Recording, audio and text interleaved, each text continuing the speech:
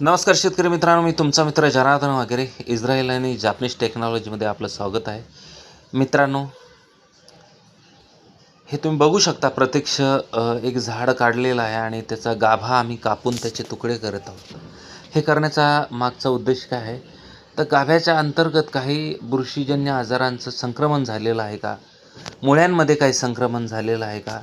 मुळ्या देखील आम्ही संपूर्ण चेक करतो. प्रत्येक तुकड्याचं वजन चेक करतो, त्याचा डायमीटर चेक करतो, आतमध्ये काही इन्फेक्शन आहे का ते चेक करतो. हे सर्व गोष्टी लॅबला पाठवतो, त्याचा भुसा लॅबला पाठवतो. हे करण्याची गरज का आहे?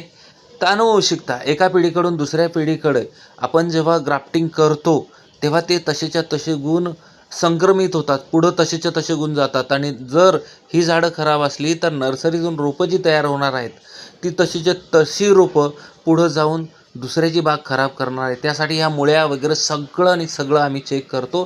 काही इन्फेक्शन आहे का, आतमधल्या गाभ्यामध्ये काही इन्फेक्शन आहे का, हे सगळं चेक करतो. दरवर्षी एक झाड आम्ही ते काढतो आणि चेक करतो रँडमली.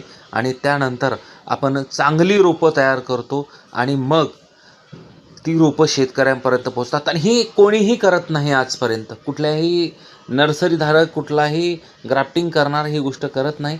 जे आपल्या नर्सरीमध्ये केलं जातं, नंतरच ते ग्राफ्टिंग करून पुढं आपण शेतकऱ्यांपर्यंत ही रोपं पोचवतो. त्याचं कारण असं आहे की शुद्ध बीजापोटी फळे रसाळ गोमटी, जर बीज चांगलं असेल तर पुढच्या शेतकऱ्यांना पण चांगली फळं, चांगल्या बागा सेट होतील.